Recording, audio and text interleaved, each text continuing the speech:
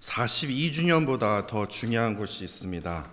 42주년보다 더 중요한 것이 있습니다. 라는 제목을 가지고 말씀을 전하도록 하겠습니다.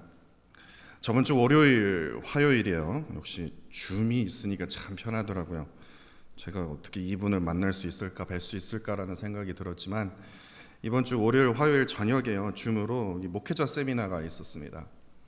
그 목회자 세미나에 그 장로회 신학대학교에 총장님으로 계시는 지금 총장님으로 계시는 그 김은용 교수님의 그 강의를 한 3시간 이렇게 해서 6시간을 월요일 화요일 이렇게 해서 듣게 되었습니다. 참으로 귀한 분을 통해서 좋은 말씀을 해 주셨는데 이제 그 중에서 가장 기억에 남는 이 메시지가 떠오르더라고요. 이 교수님이 그 아마존 그 창업자 그 제프 베이조스의 말을 이렇게 인용을 했습니다. 많은 사람들이요 10년 후에 있을 그 일들에 대해서는 참으로 궁금해해서 많이 묻지만 10년이 지난 뒤에도 바뀌지 않는 것에 대해서는 별로 관심을 기울이지 않는다라고 그 CEO가 말했다고 합니다. 그러면서 교수님이 하는 말이 이 본질에 대한 선행 이해가 중요합니다라고 강조를 하셨습니다. 바로 변하지 않는 것을 기반으로 한 이 전략 수립이라고 말할까요? 그것이 그 아마존의 그 성공의 요인이 되었다고 말합니다. 그러면서 교수님이 진짜 아주 가슴을 때리는 말을 이렇게 합니다. 더 많은 돈을 벌기 위해서 고심하는 경영인도 변하지 않는 그 본질에 관심을 두고 지금 열심히 달리고 있는데 거룩한 사역을 위해 부름받는 우리가 이 본질에 관심이 없다면 어떻게 큰 생명의 역사를 기대할 수 있겠습니까? 평생 붙잡고 달려가야 할 그 본질, 생명을 걸고 지켜야 할 그 본질이 무엇이냐고요? 그것이 바로 생명의 복음입니다. 이분이 이런 말씀을 하시더라고요. 저희는 오늘 창립 42주년 기념 예배로 함께 모였습니다. 사실 42주년이 되었다는 그 자체만으로도 정말 대단한 겁니다. 놀라운 일입니다. 그러나 이보다 더 중요한 것이 이 42주년이 가져다주는 뭡니까? 본질을 우리가 먼저 생각을 해야 된다는 겁니다. 뜻하지도 않게 제가 2019년 2월 10일이었습니다. 2월 10일 39주년 예배도요. 2020년 말도 안 되지만 하여튼 2월 16일 40주년 예배에도요. 부족한 제가 말씀을 전하게 되었습니다. 어떻게 이렇게 됐는지도 저도 모르겠더라고요. 39주년 예배 때요 설교 원고를 찾아봤더니 제가 이런 말씀을 드렸습니다. 39주년에 이어 40주년을 바라보는 우리는 다시 오실 주님을 기다리며 복음을 들고 세상에 나아가 빛과 소금의 역할을 하는 교회가 되어야 합니다. 40주년 예배 때는요 제가 이렇게 말씀드렸더라고요. 40주년에 그 연수가 중요한 것이 아니라 40주년을 맞이하는 우리의 자세가 더 중요하지 않습니까? 라고 했습니다. 어떻게 보면 뻔한 말씀일 수 있습니다. 그러나 지금도 변치 않습니다. 42주년이요? 어떻게 보면 되게 대단한 숫자입니다. 놀라운 어떤 일들을 지금 일어난 것입니다. 그러나 그 숫자가 중요한 것이 아니라 이 42주년을 맞이하는 우리의 자세가 중요하다라는 겁니다. 그렇다면 어떠한 자세여야 합니까? 다시 한번 말씀드리자면 다시 오실 그 주님을 기다리며 복음을 들고 세상에 나아가 빛과 소금의 역할을 하는 그 자세가 우리에게 필요하다는 겁니다. 이것이 우리 교회가 평생 붙잡고 달려가야 할 본질입니다. 어떻게 보면 이것을요 생명을 걸고 지켜야 할 본질이라는 겁니다. 저번 주 토요일 새벽 예배가 끝날 쯤에요 참으로 안타까운 소식을 듣게 되었습니다. 이어령 교수님이 돌아가셨다는 그런 안타까운 소식을 듣게 되었습니다. 5년 전에 저는 그분을 잘 알지는 못했습니다. 그런데 5년 전에 지성에서 영성으로라는 책이 있습니다. 여러분들 읽어보시면 알겠지만 정말 좋은 책입니다. 얼마나 은혜를 많이 받았는지 모릅니다. 이런 교수님이 계셨나? 그래서 이런 교수님을 알게 되었는데 이 이어령 교수님이 암에 걸렸다는 소식을 듣게 되었습니다. 또 그분의 간증 또한 제가 기가 막힌 간증을 또 듣게 되었습니다. 근데 암이 걸렸다는 그 소식을 듣고 이 김지수 작가님이 이 이현은 교수님의 댁을 찾아갑니다. 그때 한참 막 코로나로 막 난리도 아니었을 그때 말입니다. 암이 걸리신 이현은 교수님의 그 생애 마지막 인터뷰를 기록한 그 이혜령의 마지막 수업이라는 책, 지금 베스트셀러이지 않습니까? 한번 읽어보세요. 얼마나 책이 좋은지 모릅니다. 근데 그 책에 이런 이야기가 있었습니다. 강원도에서요, 벌을 치던 어떤 사람이 꿀 항아리를 딱 들고요, 이 이혜령 교수님의 댁을 찾아갔다고 합니다. 그러면서 보자마자 안녕하십니까 교수님, 선생님 문학이란 무엇입니까? 다짜고짜 그렇게 묻다라는 겁니다. 문학? 그래서 교수님이요, 이게 좀 황당하잖아요. 보자마자 문학이란 무엇입니까? 그래서 교수님이 벌을 치던 사람에게 뻔한 질문을 했다고 합니다. 당신이 가장 잘 아는 게 뭔가? 당연히 꿀벌입니다. 그래? 그렇다면 꿀벌을 잘 봐. 꿀벌을 잘 보면, 꿀벌처럼 하면 좋은 문학이 돼. 그러면서요, 이혜령 교수님이 이런 말을 합니다. 인간에는 3가지 부류가 있다네. 개미처럼 땅만 보고 달리는 부류, 거미처럼 시스템을 만들어 놓고 사는 부류. 거미 부류는 땅만 보고 가면서 눈앞에, 오로지 눈앞에 먹이를 주워 먹는 그야말로 현실적인 사람이야. 거미는 또 어떤가? 거미 부류는 허공에 거미줄을 치고 재수없는 놈 걸려들기만을 기다리지. 뜬구름 잡고 추상적인 이야기들만 하는 그런 학자들이 대표적이야. 마지막이 바로 꿀벌이라네. 개미는 있는 것만 먹고 거미는 얻어 걸리는 것만 먹지만 꿀벌은 화분으로 꽃가루를 옮기면서 꿀을 만들지 않는가. 개미와 거미는 있는 것을 gathering, 모으기만 하지만 벌은 화분을 transfer, 옮기는 거야. 그게 창조 아닌가? 여기저기 날아다니면서 매일매일 꿀을 따는 벌, 그 꿀벌의 문학에 그 메타포가 있어. 작가는 벌처럼 현실의 먹이를 찾아다니는 사람이야. 발 뻗는 순간 그게 꽃가루인 줄 아는 게 꿀벌이고 곧 작가라네. 이러한 이야기를 이 김지수 작가에게 들려주었습니다. 저는 오늘 본문 말씀을 묵상하면서 특이하게도요, 이 꿀벌이라는, 제가 읽었던 이 꿀벌이라는 그 이야기가 갑자기 떠올랐습니다. 다시 말해서 이 꿀벌을 통해서 보여주는 이 본질, 복음의 그 본질이 오늘 본문 말씀을 통해서 깨달을 수 있었습니다. 사실 오늘 본문 말씀은요, 우리가 착각할 수 있는 것이 마태복음 25장 읽어보셨죠? 25장에 달란트 비유가 있습니다. 근데 그 달란트 비유가 오늘 본문의 이 비유와 똑같다고 생각하시면 안 됩니다. 우리가 착각할 수가 있어요. 그러나 달란트 비유와 이 문화 비유는요, 본질적으로 다릅니다. 달란트 비유에는요, 주인이 종들에게 각각의 그 능력대로 어떻게 합니까? 5달란트, 2달란트, 1달란트를 맡겼지만 오늘 본문에서는요, 13절을 보십시오. 주인이 10명의 종들에게 각자 뭡니까? 한 문화씩 나눠주었다라는 겁니다. 달란트와 이 문화의 차이가 뭐냐? 그거 모르셔도 돼요. 60회 차이 나지만 모르셔도 됩니다. 그냥 그거예요. 뭐 달러, 원 그러지 않습니까? 그거예요. 근데 그게 중요한 게 아니라 달란트가 더 큰 겁니다.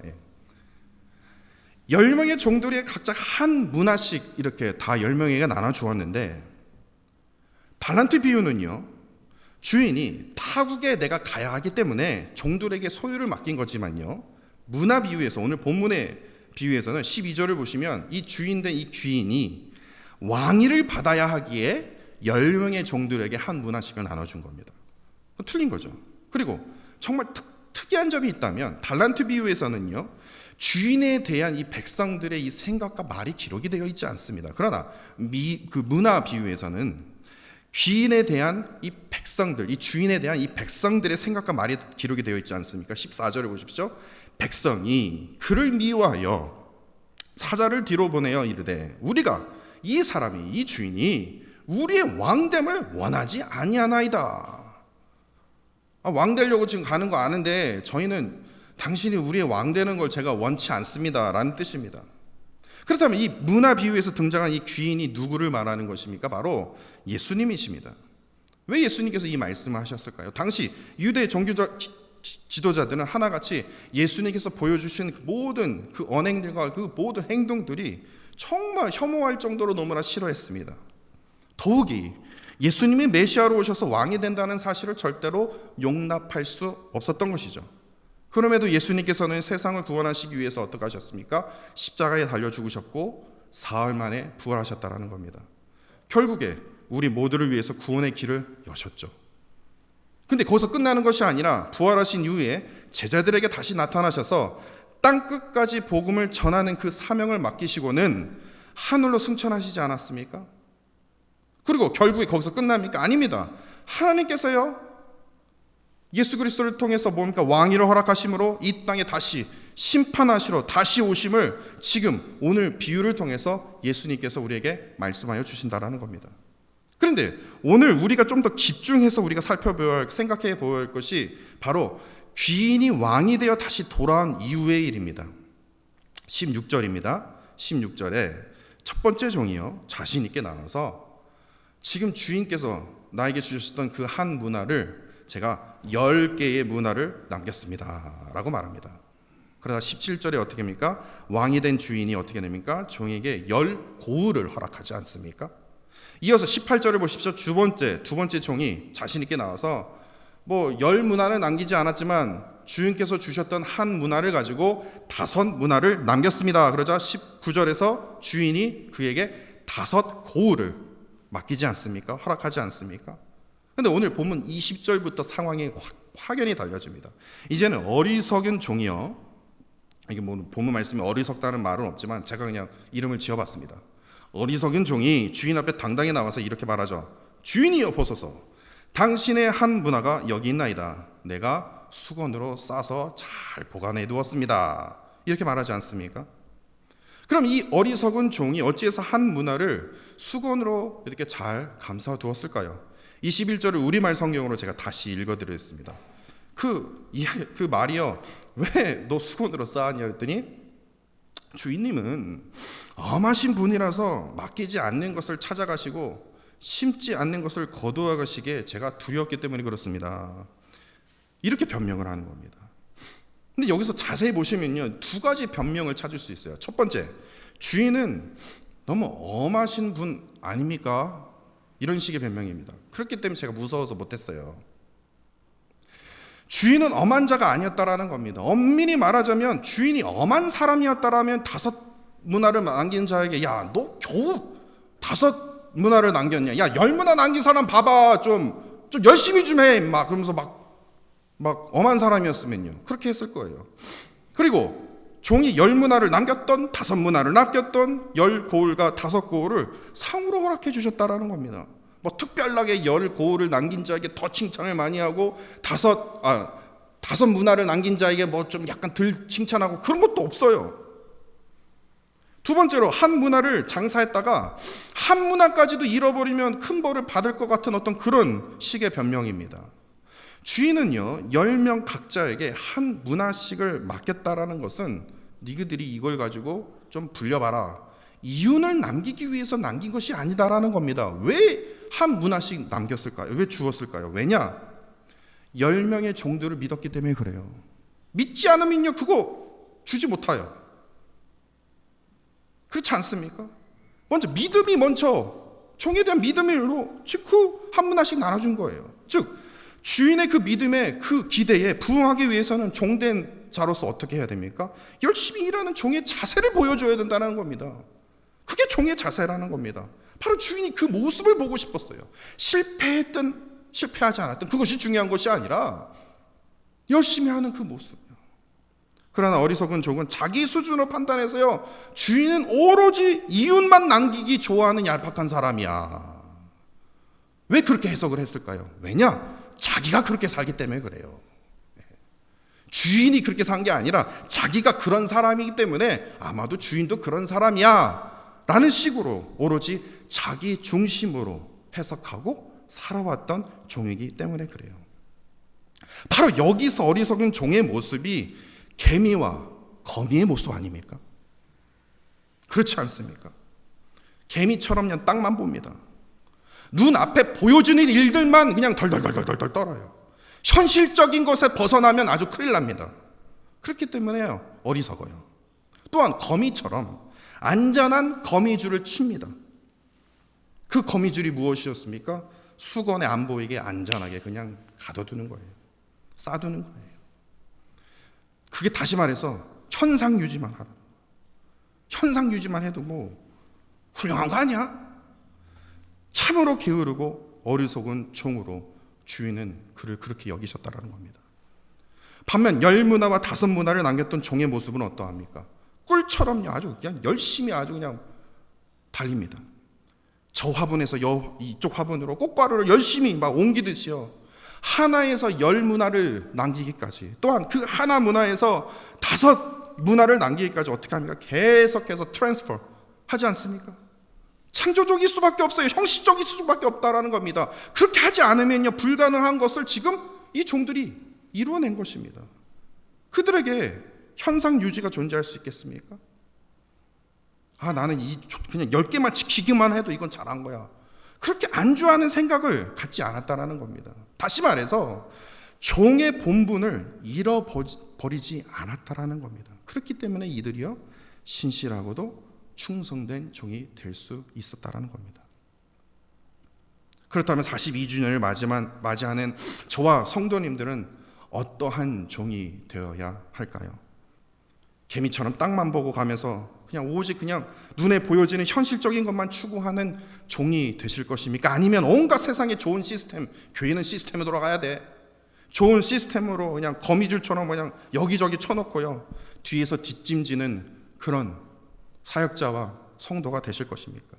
아니면 꿀처럼 복음의 꽃가루를 열심히 옮겨가면서 하나님의 교회를 창조적이고 형식적인 어떤 그런 종으로 나아가실 것입니까? 당연히 꿀벌이 돼야죠. 그러나 제가 다시 한번 생각을 해봤어요. 그렇다면 꿀벌 같은 종이 되려면, 누구나 다 아는 사실인데, 꿀벌 같은 종이 되려면 제일 먼저 우리가 무엇을 해야 될까? 이것이 딱 하나가 떠오르더라고요. 익숙함의 신앙에 벗어나야 된다는 겁니다. 익숙함의 신앙을 벗어나야 돼요. 이전에 해왔던 거 아닙니까? 왜 바꾸시려고 합니까? 이게 익숙한데요, 그런 발전이 없어요. 한 달란트 받는 것만 익숙한데 뭘 그렇게 모험을 하시려고 해요? 이 익숙함의 신앙에 벗어나야 돼요. 우리 신앙에서 가장 큰 적이 무엇인 줄 아십니까? 사탄이 아니라 사탄으로부터 오는 뭡니까? 익숙함이에요.